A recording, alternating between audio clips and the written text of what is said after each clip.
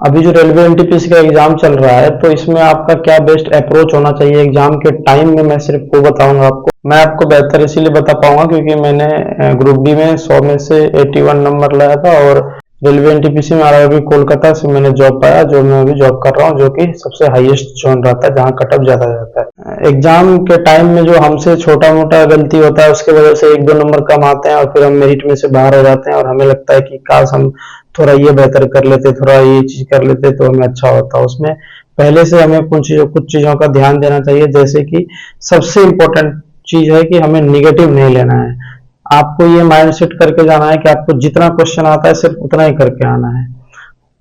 उससे क्या होगा कि अब अगर आप कुछ ज्यादा निगेटिव भी लीजिएगा तो उसका सही होने का संभावना ज्यादा होगा, क्योंकि आप ऐसा सोच कर रखे हुए थे कि हमको जितना आता है उतना ही करेंगे। तो आप जो एक्स्ट्रा क्वेश्चन भी आप अटेम्प्ट ले रहे हैं, तो आप तभी ले रहे हैं जब आपको लग रहा है कि नहीं ये हो सकता है, उसमें प्रबल संभावना है उसका सही होने का, तभी आप उसका अटेम्प्ट लीजिएगा। इससे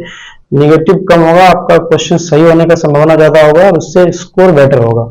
जिसका आपको आगे बहुत हेल्प मिलेगा। सबसे पहली बात यह है कि निगेटिव बिल्कुल नहीं लेना है आपको। दूसरा पॉइंट ये है कि आपको टाइम, जैसे आपका एग्जाम स्टार्ट होता है, टाइमर स्टार्ट होता है, तो एक बार भी आपको टाइम की तरफ नहीं देखना है, क्योंकि अगर आप बीच बीच में बार बार समय देखोगे तो आपका माइंड डाइवर्ट होगा, आपका हार्ट बीट बढ़ेगा, और जो क्वेश्चन कम टाइम में होने वाला था उसमें और टाइम टेकन हो जाएगा, ज्यादा समय लगेगा, और आपका टाइम घट जाएगा, स्कोर खराब हो जाएगा। इसीलिए आपको टाइम देखना ही नहीं है। एग्जाम स्टार्ट हो गया,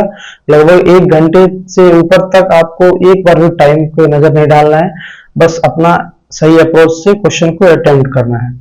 1 घंटा के बाद आप एक बार 1 सेकंड के लिए टाइम देख सकते हैं, कितना टाइम बचा हुआ है, 20 मिनट, 30 मिनट या 40 मिनट, उसके अकॉर्डिंग आप अपने स्पीड को मेंटेन कीजिएगा, क्वेश्चन में टाइम कितना देना है, फिर आगे बढ़ना है, ये चीज डिसाइड कीजिएगा।